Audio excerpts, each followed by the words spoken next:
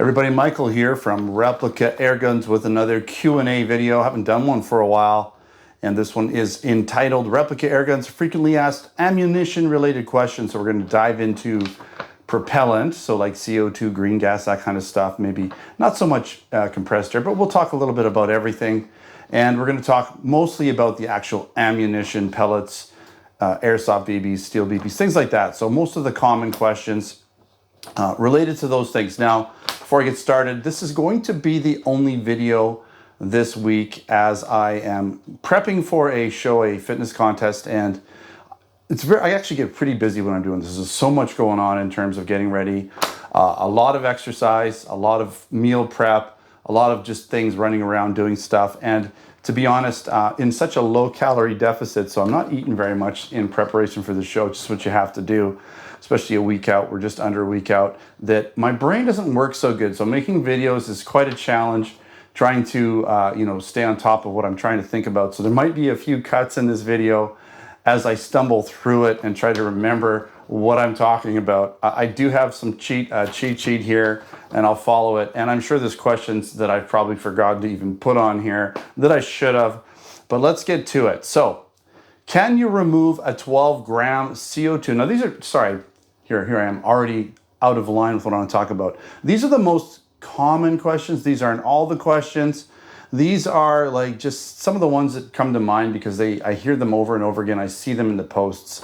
So again, it's not all of them. And I have covered other bigger topics and other, questions related to this in separate videos. So you can search through the channel and see if you can find those types of questions if it's not on the list. All right, so can you remove a 12-gram CO2 once you use it? That's really common. So you put a CO2 in the air gun, you tighten that CO2 tab, the valve there, it pierces, everything's ready to go. You're shooting the gun and you're like, hey, I'm done shooting. What now? Can I take this out? Can I reuse it? The short answer is no. If you take it out, all that CO2 is going to leak out of the gun unless it's in its own separate magazine. So you can take the magazine out of the gun if the CO2 is in the magazine, but a lot of times the CO2 goes into the gun and you tighten it and it's in there until it's basically done. If you do have a magazine with the CO2 in, you're not going to be able to take the CO2 out of the magazine similarly, okay? So that's just the way it is. Can you reuse a CO2 cartridge? That's another really common question people have asked. Can you, once it's empty, can you somehow refill it and reuse it? Again, the short answer is no. I have heard of a company that does have a system for it, but your typical CO2 that you buy from the manufacturers or the bulk ones, once they're done, they're disposable, you throw them away. Potentially you can recycle it as metal or something like that if you want to. Another CO2 related question, why is FPS consistency so inconsistent with CO2 cartridges?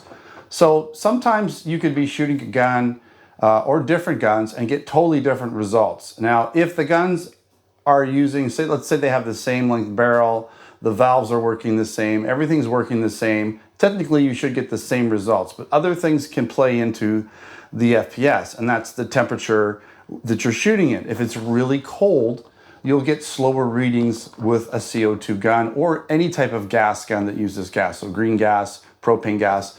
You'll get basically slower FPS because CO2 gases in general require heat in order to expand. So if the temperature is lower, there's less heat, they don't expand as much.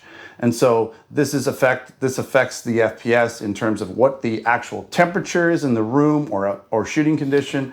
Also, as CO2 and gas goes through the gun, because it's cold when it comes out, it's cooling that gun. So with every follow-up shot, potentially the gun cools down, causing less expansion of the CO2, and for each shot, so the first few are going to come out faster than the last few, and the faster you shoot the gun, the colder the gun gets, the slower the FPS gets. So if you want to get maximum FPS, shoot in a warm environment, not too hot, but a warm environment, and take your time shooting. Space your shots out so the gun can actually cool or warm up a little bit. And when changing magazines, again, let the gun warm up between shooting. That'll help get higher FPS and also more shots per CO2 cartridge. Okay.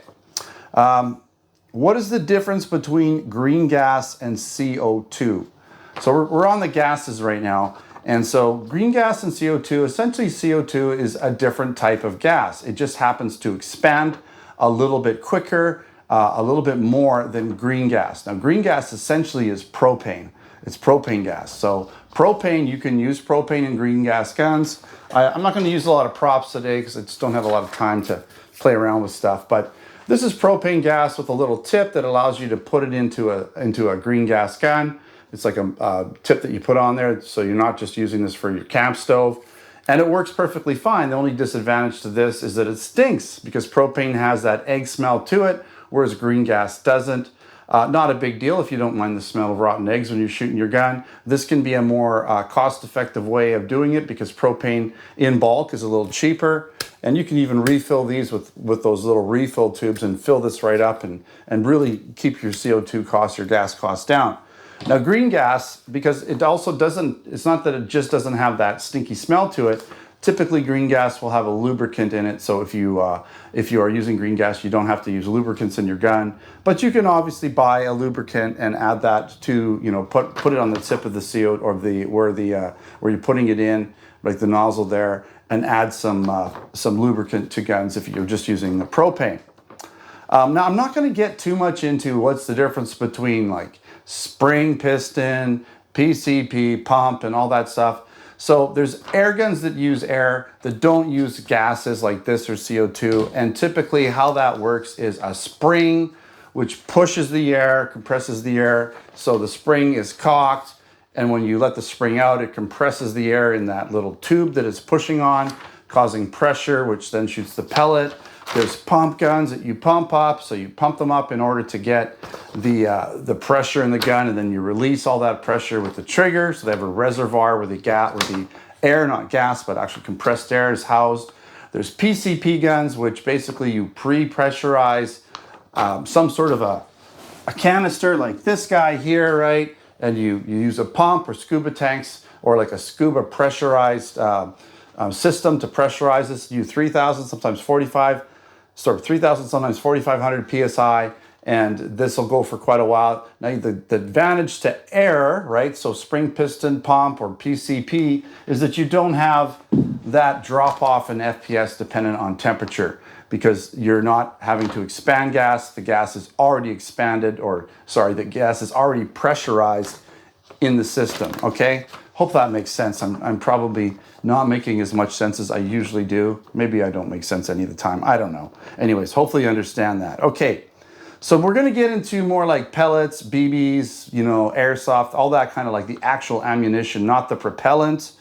So this is a very common question. I'm going to tackle this one right away. Why do pellet magazines in air guns not lock back after the last shot? So with pellet guns, they typically have a rotary magazine. So you have almost like a cylinder that goes into the gun, or something pops out and you load the gun in a circular fashion, or you have a belt-fed magazine like the SIG guns where they have these belts that you load up, but still they're like they have to turn the belt feeds, it turns around, it goes back and forth in a circle, right? And once you get to the first shot, you just keep going around and around. Whereas with a pellet or a BB gun or an airsoft guns, you have an inline magazine. So the BBs go in, and similar to a real steel gun, you sort of feed them in. There's a spring that pushes all the BBs up, and it's in an inline fashion. Now the reason why BB guns and airsoft guns in most cases they lock back is because there's a little follower. As the spring moves up, there's a guide rod sort of in there along with it. And when it gets to the top and the last BB or airsoft BB or BB comes out, this little tab on the side of the magazine gets in the way of the slide and locks it back so it can't come forward. The problem with the pellet gun with a rotary magazine or belt-fed magazine is there's no follower, there's no little tab, because when you're loading that magazine up, you're just putting it in and it starts wherever you happen to put your last pellet in. The gun doesn't know when you're out of ammunition. There's no follower.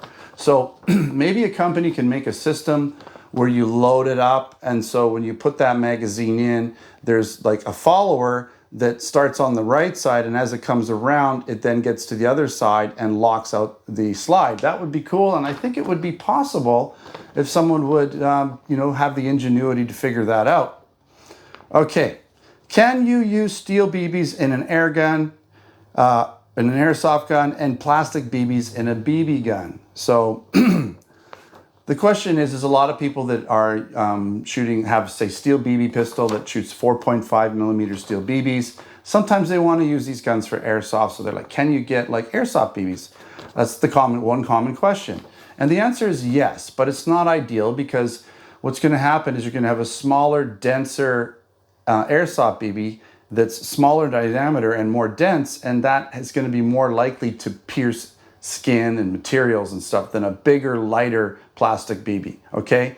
And vice versa, if you put a steel BB inside an airsoft gun, what's going to happen is they're not really made out of steel. Typically, you can get aluminum 6 millimeter airsoft BBs that you can put in an airsoft gun, but they're larger and lighter. So again, it's not ideal. Usually if you're shooting a BB gun, you want to break stuff, you want to shoot through cans, you want to, damage things that you're shooting at and make holes in things, because that's the fun part of a steel BB gun. It seems to, have more punching power or penetration power, whereas airsoft BBs are not supposed to penetrate because they're not supposed to like injure people. So they're not ideal in either gun. You can use, again, aluminum BBs in an airsoft gun. That's you can buy them. I've purchased them before, and you can use plastic 4.5 millimeter airsoft style BBs in a BB gun. But again, they're not ideal. There's going to be consequences when doing that. What is the difference between 4.5 millimeter and .177 caliber? That would be like for BB or pellet guns, and vice versa. 6 millimeter and 22 caliber. Again, 22 caliber you're going to find in pellet guns, but you obviously find 6 millimeter in airsoft all the time. So really there is no difference. It's just one is the metric version and one is the imperial version of measurement. Similar to, for instance, a 38 or 357 is very similar in size or diameter to 9 millimeter, okay? And 40 cal is very similar to 10 millimeter. So anyways, that's the same, really. Sometimes you'll even see on pellet tins, it'll say 4.5 millimeter on the pellet tin. Sometimes you'll see it, it's usually when you're talking pellets, you're going to talk caliber. Usually when you're talking steel BB or airsoft, you're going to be talking millimeter, but not always. Okay. What is the difference between hypervelocity? See, I told you. What is the difference between hypervelocity pellets and standard lead pellets? So, something that's kind of new over the last several years is these hypervelocity pellets. And I think maybe the reason they came out is because airgun manufacturers wanted to be able to claim these super high FPS, like 1200 FPS out of a spring piston airgun, when like last year it was only getting 800, and you wonder what happened. Did they just increase the power? No, they simply just put a hypervelocity pellet in there, a lighter pellet that's made out of alloy, so it's going to be made out of aluminum and different metals that are still somewhat soft so that they don't destroy the rifling. Not as soft as lead necessarily, but lighter and less dense than lead, so they go faster. What's the advantage to that? Well, you get faster FPS ratings for the manufacturer.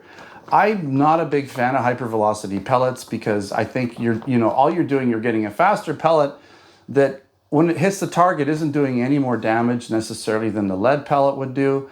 I find that lighter ammunition, as it travels a longer distance, tends to lose power. So it's going to have less energy downrange than a heavier lead pellet. A hypervelocity pellet, and I'll talk about this a little bit too. I think I might have another question, but I can kind of deal with it now. A lighter pellet's going to go faster and shoot more straight, like this. A heavier pellet's going to go slower, and it's going to arc through the air. So if you want to shoot a target here, and you're way over here, with a lead pellet traveling slower, you're going to have to sight the gun a little higher to compensate for the drop, okay? More drop. Faster pellet doesn't drop as quickly because it gets there quick. It's dropping the same amount, but because it gets there quicker, it hasn't dropped as much by then, okay? So does that make sense? Again, I'm not a big fan of hypervelocity pellets unless maybe your gun is really weak in power and you just want to get your FPS up to something that's not going to drop too much at the distance you're shooting at, then maybe it makes sense. But I find, again, heavier grain pellets carry more energy. I like using lead pellets. Their consistency is always good, and I think they're less expensive to buy in general as well. All right, what is the difference between copper-coated steel BBs and zinc-coated steel BBs? Really nothing other than one is coated in copper and one is coated in zinc. They're not made entirely out of copper and entirely out of zinc. They're typically going to be a steel BB in the core with a coating on it that's either going to be copper or zinc. My preference is zinc because I find that copper can tarnish or, it basically kind of rusts, right? So the copper will get a rust on it, and then that rust powder can get in everything. It'll get inside the gun, and it just leaves a film on everything, where zinc tends to not do that. If you do see some corrosion on zinc, it doesn't really flake off as much. You'll see a little bit of black sometimes on a zinc coated BB when it's starting to kind of, I would say rust, but when it's starting to corrode, whereas copper BBs, when they corrode, you get that red, rusty kind of dust that comes off. So I'm not a big fan of the copper ones. I mean, companies like Daisy have been selling, copper-coated BBs for a long time, but I still prefer the zinc-coated BBs, and you can get them just about anywhere. All right. What are the best pellets to use? Wad cutters versus dome versus hollow point versus, pointed pellets, right? There's all kinds of different pellets out there. And, my advice is if you can get like a pack like this is an RWS pack. I'm missing a bunch, but you can get, it's got a whole bunch of different ones in it. You got some pointed, you've got some wad cutter in here, flathead, you've got some domed, and you've also got, I think, some hollow point. So you have a whole bunch, and there's slightly different grains. Each one's going to be a little bit different grain, so weight. And again, I'll talk a little bit more about that, but let's talk about this. Really, they all kind of work the same. We're not talking like super high velocities and large ammunition that's going to like mushroom a huge amount when it hits stuff. But there will be some, especially the lead pellet, they're soft. A hollow point may spread out a little bit if you're using a fairly high velocity gun and mushroom a bit more, whereas a pointed pellet may penetrate a little bit more. A wad cutter, is going to be good for just doing basic target practice. Dome pellet's probably just a good all-around pellet in general. Some guns will just work better with different pellets and different shape pellets. So I would suggest, if you have an air gun, get like a pack like this and try them all and see which ones group the best for you when you're shooting, because I think accuracy is going to be more important than what the pellet does when it hits the target if you're using it for hunting. They're all going to penetrate and do damage. It's more important where you hit the whatever you're shooting at if you want to put down something humanely. So I would find a pellet that's accurate, that's consistent, that doesn't jam up your gun. That's going to be more important than anything, okay? I just want to cover the weight of the pellets again slightly. I think really we talked about it. I think we covered it mostly. But again, all of these pellets come in different weights. And at the end of the day, I would prefer to use a heavier grain pellet when you can, if your gun has enough power to support the extra weight. If you're up in a range that's like fast enough that it's not dropping too much at the distance you're shooting and you're not having to do this, mathematician work to try and figure out the drop point and where it's going to hit at the target. But if you can sight it in for, say, whatever your shooting distance is and you're going to be accurate and you have a nice heavy grain pellet, once it gets to that target, if it's still moving pretty quick, it'll do a lot of damage because it's got the weight to it. It's gonna have more energy downrange. And in terms of airsoft guns, with the airsoft BBs, they come in different, not grain, but they come in different gram, obviously. So with pellets, it's usually grain, and steel BBs, it's usually grain. With airsoft BBs, it's usually gram. So again, I would say if you're using a sniper rifle and you want more accuracy, a heavier grain airsoft BB is going to be more consistent. It's not going to move around as much through the air. Lighter gram airsoft BBs are not going, especially at longer distances, are going to flail around more. Weighted pellets just seem to be more accurate and again, carry more energy. So if you're using a low powered airsoft gun, you might want to use a lighter gram airsoft BB, especially if you're shooting at close range. If you're using a higher powered airsoft gun, a heavier grain or gram BB, again, could probably be more ideal. All right, that's pretty much it. I think I got through this video pretty decently considering all that's going on right now. Only a few bobbles, and I don't think I'm gonna really edit it much. So Thanks again for watching another Replica Airguns video. Don't forget to subscribe. Check me out on Facebook, Twitter, Instagram, all of those places. If you haven't visited our Canada and US online stores for products, check out replicaairguns.ca for Canada and replicaairguns.us for the US, where we sell airguns, BB guns, airsoft guns, pellet guns, blank guns, and other accessories. And of course, replicaairguns.com, where I have written posts and articles and all of those things. All right. Thanks for watching. Until next time, take care.